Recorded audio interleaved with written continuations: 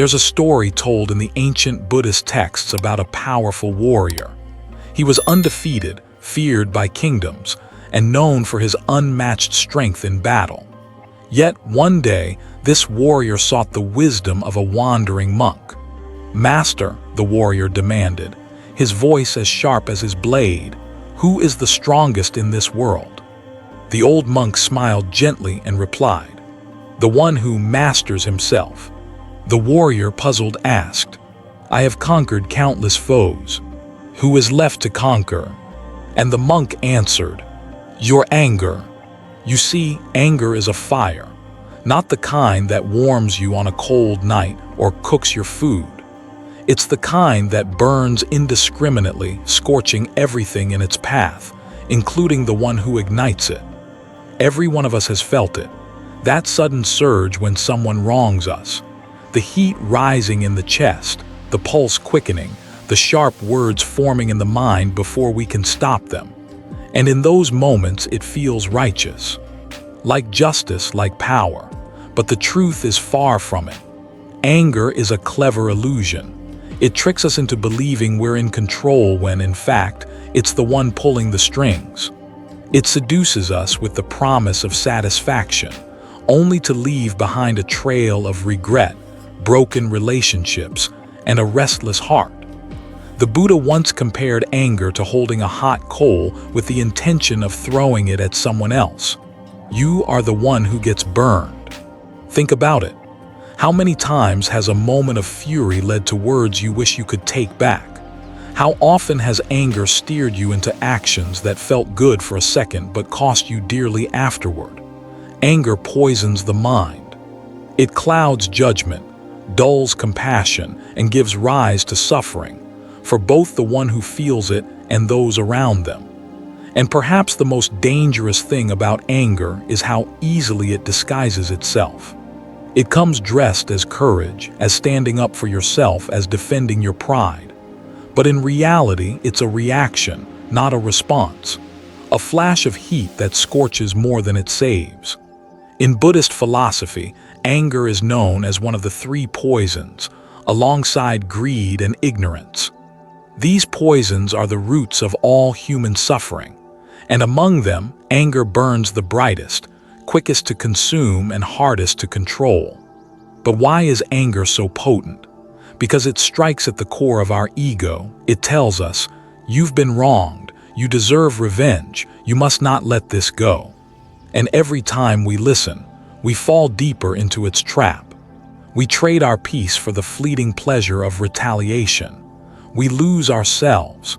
What makes anger so dangerous isn't just what it does to others, but what it does to you. It erodes your inner calm, it stains your mind, and it binds you tighter to the endless cycle of suffering. But here's the thing no one tells you. The strongest person in the room isn't the one who can shout the loudest, hit the hardest, or strike the quickest. It's the one who can feel the fire rising and choose not to feed it.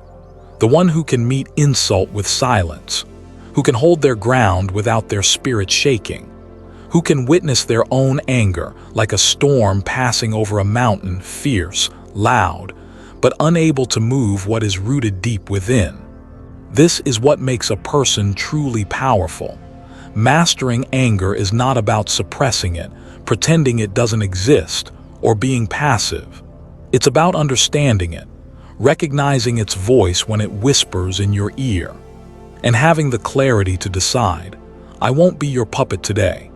It's about choosing peace, not because you are weak, but because you are wise. There is immense courage in restraint.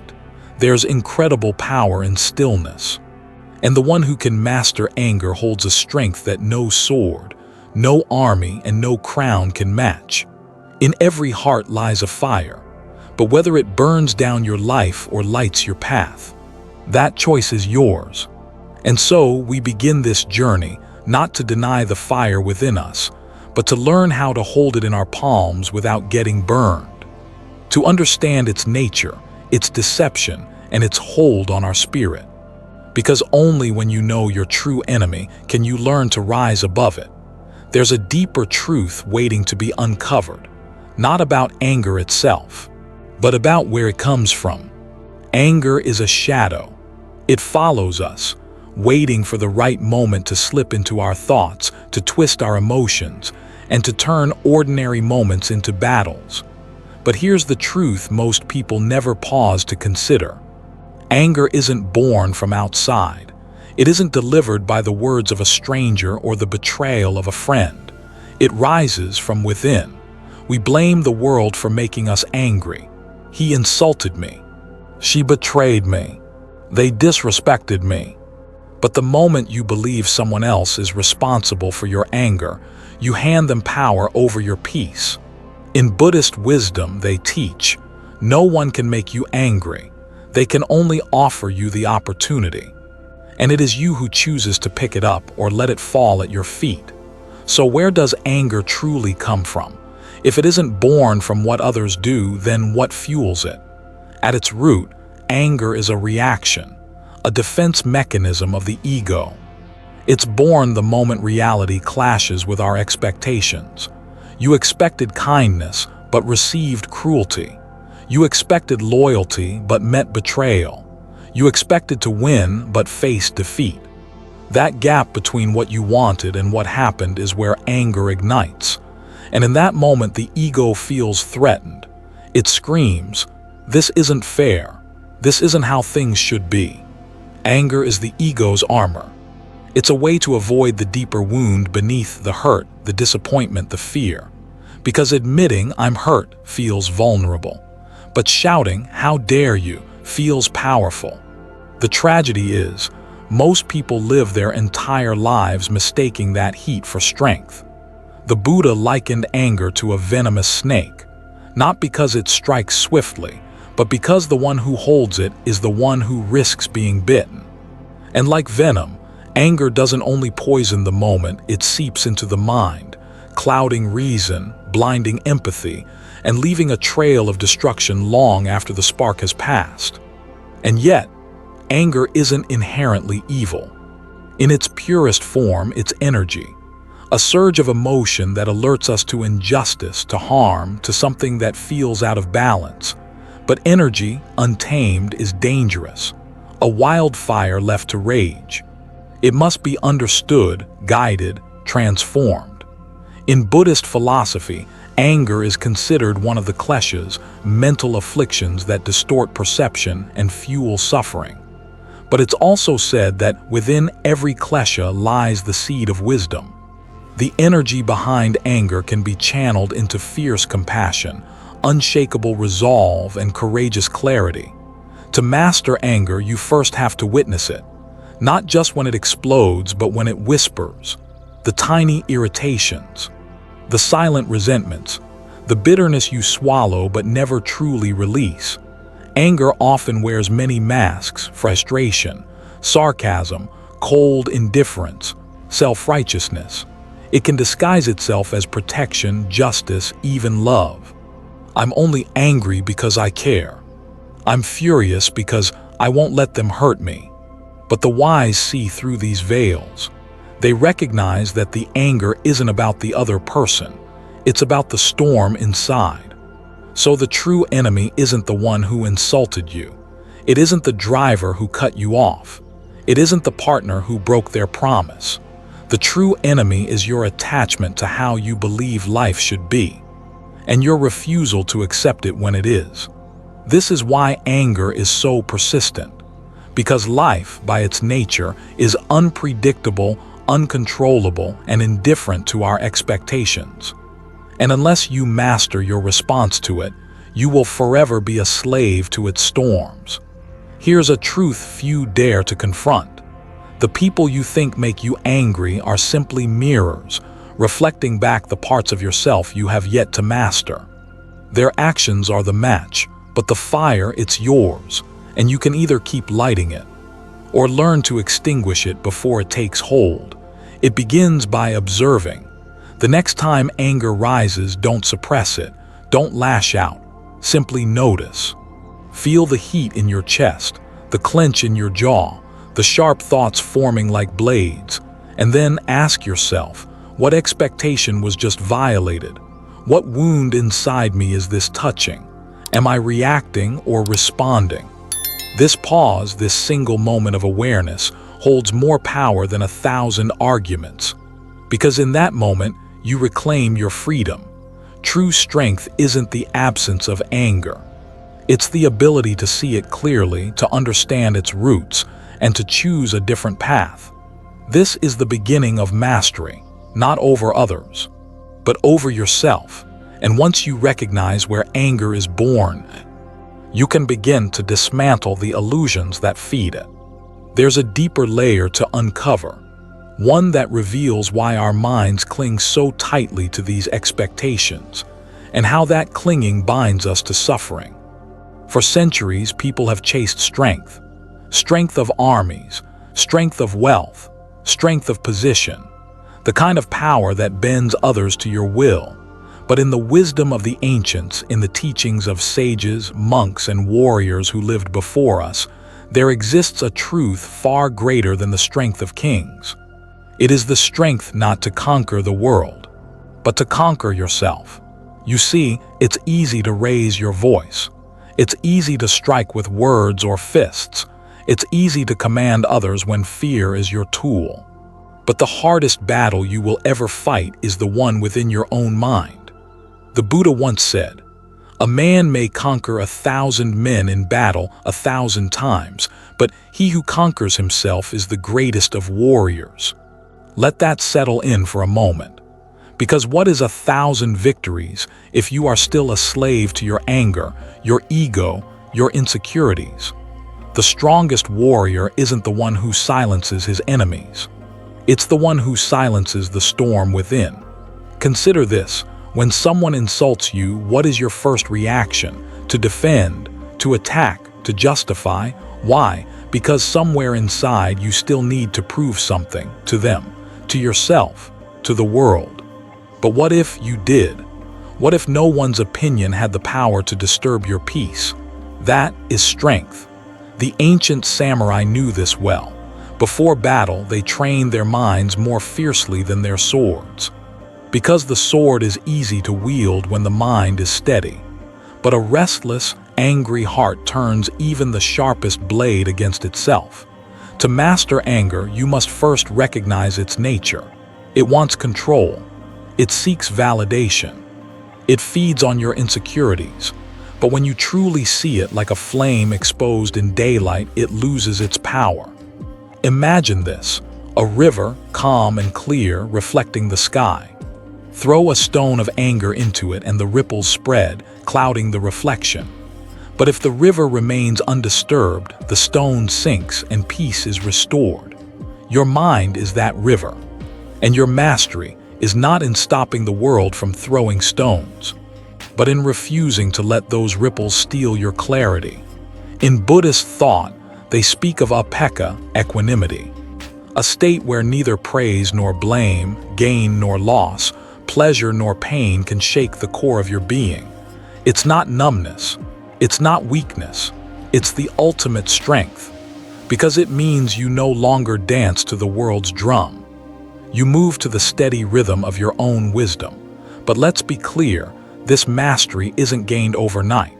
It is forged in the small, unseen battles of daily life. In the moment you choose silence over rage.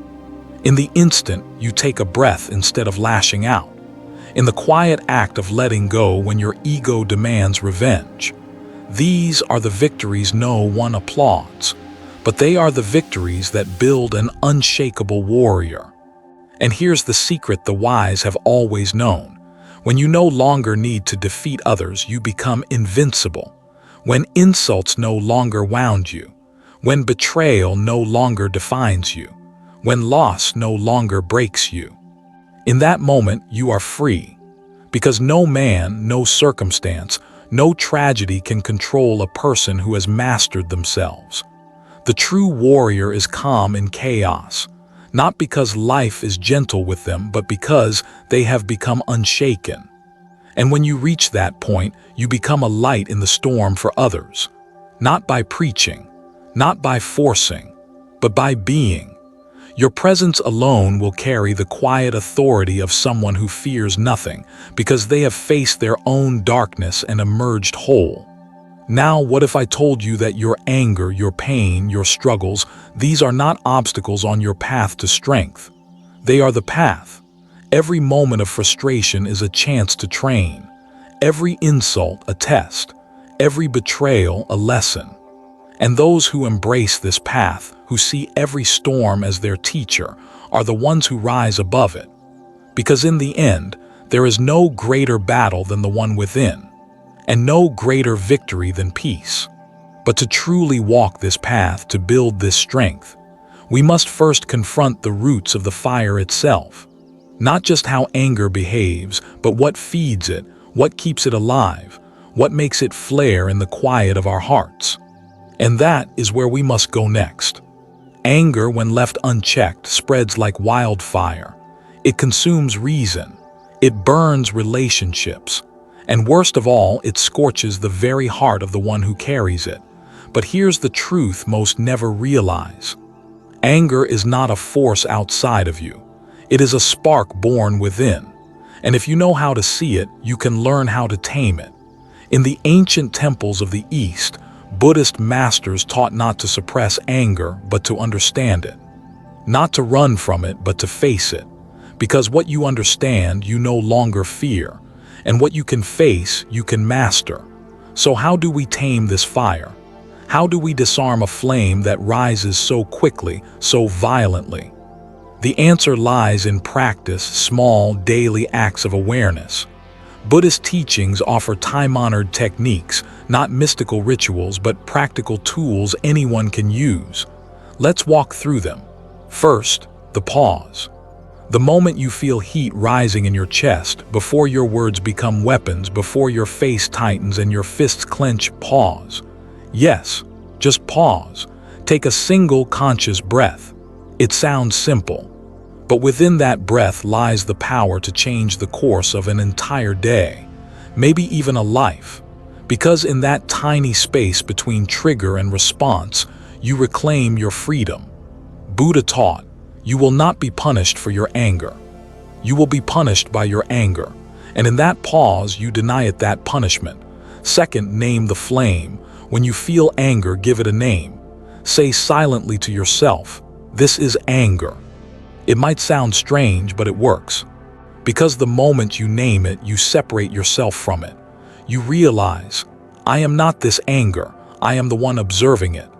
And what is seen can no longer control you. Third, trace its roots. In Buddhist practice, every emotion is understood as having a cause. Anger doesn't appear out of nowhere. It rises from unmet expectations, from old wounds, from fear, from pride. When you feel it rise, ask yourself, what is this anger protecting? Often it's shielding a deeper hurt, a fear of disrespect, a wound to the ego, a moment you felt powerless in the past. When you see its root, the fire loses its fuel. Fourth, redirect the energy. Anger is a powerful force. An energy once created must move. Buddhist masters suggest channeling it into mindful acts. Walk, chant, write, meditate, not to bury the emotion but to let its heat dissolve into clarity. Sometimes the best way to handle anger is not to fight it but to move with it until it fades. Fifth, cultivate loving kindness.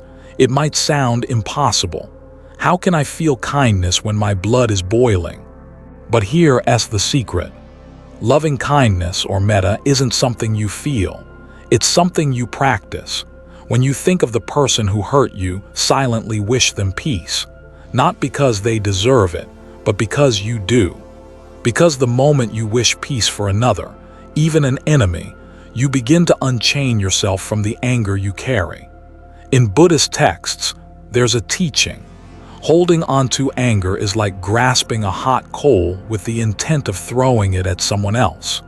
You are the one who gets burned. Loving kindness cools the coal. And finally, reflect on impermanence. Every emotion rises, peaks, and passes. No anger, no matter how fierce, lasts forever. When you remind yourself of this, you realize you don't have to react. You can let it pass like a cloud across the sky. Buddha spoke of this often.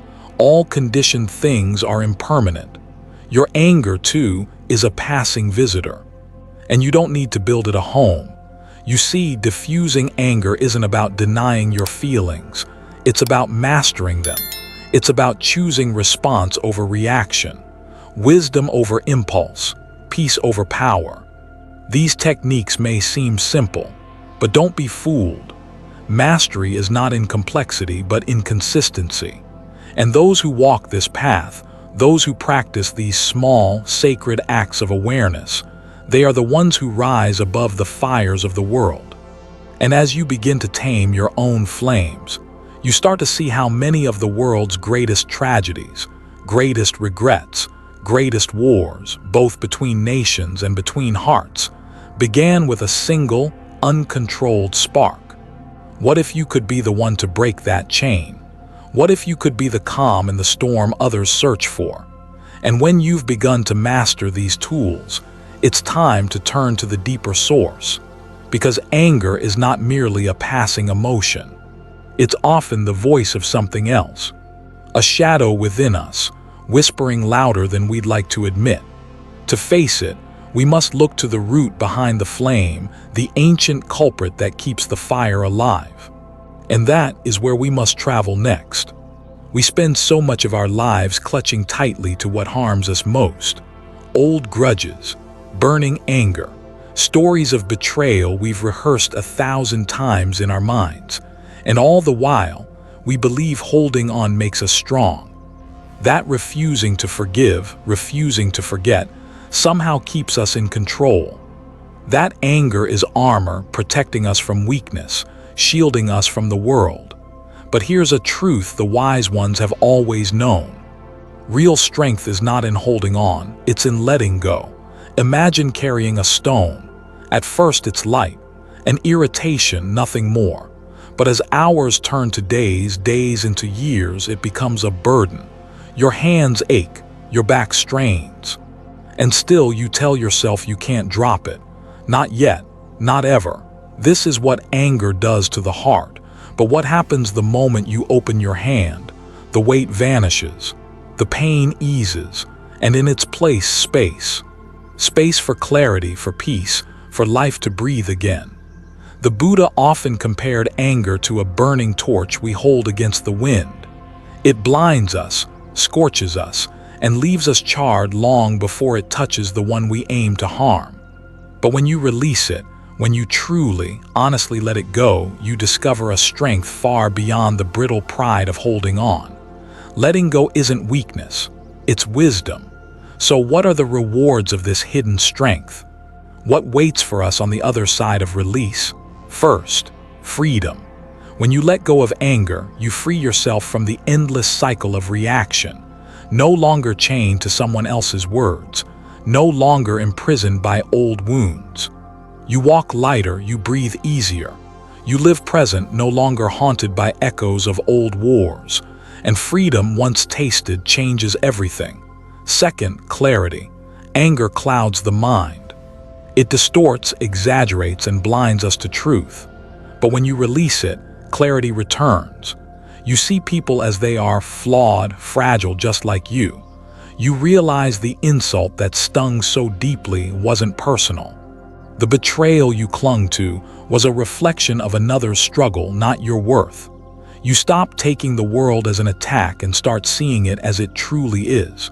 Third, compassion. The paradox is this. Only when you've let go of your own anger can you truly feel for others. Because behind every cruel word, every act of violence, every burst of rage, there's a suffering heart. And when you see that, when you sense it, you stop reacting and you start understanding. Compassion isn't condoning harm. It's recognizing the wound behind the weapon. And with it comes peace, not just with others, but within yourself. Fourth, power. Yes, power, but not the kind that shouts, not the kind that crushes. This is quiet power, the strength to stay calm while others rage, the courage to forgive when no apology comes, the discipline to walk away when provoked. And in doing so, you gain mastery over the only thing that ever mattered, yourself. The old masters taught, when you let go of anger, you do not become weak, you become invincible. Because no one can control a mind that chooses peace over fury. No one can enslave a heart that refuses to carry hate. And finally, joy. The simplest, purest joy, not the fleeting pleasure of revenge. Not the hollow satisfaction of a victory won in anger, but the deep, abiding joy that comes from knowing you are free. Free from the chains of the past. Free from the prison of resentment. Free to live now in this breath, in this life, unburdened. You see, we fear letting go because we think we'll lose something. Our dignity, our justice, our pride. But what we gain is everything. So I ask you now, what are you still carrying? What old grudge, what bitter memory, what burning anger still weighs in your chest? And what would your life feel like if you set it down right now? Because those who learn the art of release, those who find the courage to unclench their fists, to open their hearts, they are the strongest of all. And their reward is not just peace but power, not just silence but joy, not just stillness but a life finally, fully lived. But to truly let go, one must understand what feeds the fire in the first place. And so, it's time we look at the silent architect behind so much of our anger, a master of disguise, a shadow that whispers in our ears and tightens our grip on old wounds. We call it ego. And it's there in its hidden workings, where the deepest lesson lies. We often think wisdom is something you're born with, a quiet gift reserved for monks on mountaintops or philosophers lost in ancient texts. But the truth is, wisdom is forged, shaped in fire. And some of the wisest hearts I've ever known once burned with rage. You see, anger isn't the enemy, it's a messenger. It arrives to show us where we hurt, where we're attached, where our ego clings too tightly.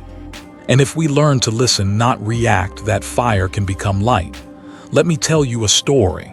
There was once a warrior named Daisetsu, fierce, proud, quick to anger, quicker to draw his blade. One evening, he challenged an old monk, believing the monk's silence was arrogance. "You hide behind your robes," Daisetsu spat, "afraid to face me." The monk smiled. He set down his staff and quietly said, "I am not your enemy. Your anger is." Daisetsu laughed, but something in the old man's gaze unnerved him. "Strike me if it brings you peace," the monk said. The warrior raised his sword, but his hand trembled. For the first time, he saw his reflection in the polished steel. Not a proud warrior, but a man consumed by fury. He dropped the blade. "Teach me," Daisetsu whispered. And in that moment, the fiercest man in the province became a disciple of peace. This is the way anger transforms, not by suppressing it, not by pretending it doesn't exist, but by facing it fully, understanding its root, and choosing differently. Another story comes from a woman named Hana, a mother who lost her only child to illness. Grief hardened into anger. She blamed the gods, the world. Every passerby with a child's laughter felt like an insult. Her heart, once gentle, became a fortress. One night, unable to bear the heaviness, Hana visited a small temple. An old nun there listened as Hana screamed, wept, and cursed the heavens. When she was spent, the nun spoke softly. "Your grief is deep because your love was deep, and now you fight your own heart." The nun placed a stone in Hana's hand. "Carry this each day you feel the anger rise. When it grows too heavy, set it down. Each time you release it, you'll return a little more to yourself." Hana carried that stone for years. Some days it weighed nothing. Others it felt like a mountain. But she began to notice moments of lightness. A bird's song, the warmth of tea, a stranger's kindness. And slowly, anger loosened its grip. The day she left the stone on the temple steps, she wept not from rage, but from gratitude. This is what the ancient teachers meant when they spoke of turning poison into medicine. Anger, if understood, becomes a teacher. It shows us our deepest wounds, and once we see those wounds, we can heal. Even the Buddha himself, before his enlightenment, was no stranger to frustration. Wandering ascetics mocked him. Teachers dismissed him. His own doubts gnawed at him like relentless fire, but he didn't turn away. He sat beneath the Bodhi tree, vowing not to rise until wisdom dawned. And in facing every fear, every anger, every craving, he awoke. The message here is simple, yet profound. Anger is not the end of your story. It's a chapter. And the strongest people are not those who never felt rage, but those who transformed it. Perhaps you too carry old fires, a father who abandoned you, a betrayal by someone you loved, a world that seemed unfair, unkind. That anger may have shielded you once. It may have kept you standing when you felt you defall. But now you're ready for something more. What would it feel like to lay it down, not to forget, not to excuse, but to release, to carry the lessons and leave the poison? This is the path of the warrior of peace, the one who knows that the mightiest battles are not against armies, but against one's own fury. And when you win that battle, you don't just find peace, you find clarity, wisdom, a fierce, unshakable calm. So ask yourself tonight, whose face still haunts your anger? What injustice still burns in your chest? What wound have you been tending not to heal but to keep alive? And what might your life look like if you let it go? For in every fire lies the potential for light. And when one person learns to transform rage into wisdom, the world changes. Not all at once, but quietly, like the first stars in a dark sky. And speaking of stars, there's one final truth to consider. Because behind every burst of anger, every flare of ego, lies a deeper fear. The fear of loss, of impermanence, of things we love slipping from our grasp. And it is in learning to face this, to understand the nature of all things, that we find the courage to master anger completely. Let's explore that final wisdom together. And here we are, at the quiet end of a long and winding path. You've journeyed through the nature of anger, witnessed its power, its danger, and perhaps most importantly, discovered the hidden strength in choosing peace. But let's be honest. Life won't stop testing you. Storms will come. People will wound you with careless words. Injustices will flicker on your screen. Old scars will ache on cold nights. Anger will visit you again, and that's okay. Because the goal was never to become a stone, unfeeling, unmoved. The goal was to awaken, to recognize the fire when it rises, to pause when the heat builds in your chest, to remember this is a wave, not the ocean. And within you there is a still place, a space untouched by anger, fear, or sorrow. It has always been there. It waits for you now. The ancient masters called it the unborn, the unmade, the undying. Modern thinkers might call it presence or awareness, but names don't matter. What matters is that you can touch it anytime, in the middle of an argument, in a traffic jam, while holding grief in trembling hands. Even as old memories threaten to drag you under, it is there, and the one who remembers this, who returns to it, is the strongest person in any room, not because they never feel anger, but because they are no longer ruled by it. They choose their response. They master themselves. And in mastering themselves, they change the world around them quietly, like dawn breaking across a sleeping earth. I want you to remember something. Every breath you take is a new beginning. Every sunrise a silent invitation. And no matter how long you've carried your rage, you are allowed right now to lay it down. Not for them, not for the world, but for you. Because anger is heavy, and you were meant to walk light. You've heard stories tonight of warriors and mothers, of sages and kings. But the greatest story is the one you write from this moment on. When anger rises next, and it will, you'll feel it. You'll hear its voice. You'll recognize its face. And maybe, just maybe, you'll smile. Not because you're weak, but because you remember. The fire no longer controls you. This is not the end, it's the beginning.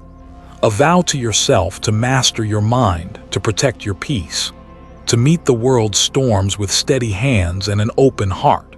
And if you ever forget, if you ever find yourself lost in the old flames, come back here to this still place, to this knowing. Thank you for walking this path with me. May you be strong, may you be kind, may you be free, and above all, may you carry the calm within you no matter how wild the storm.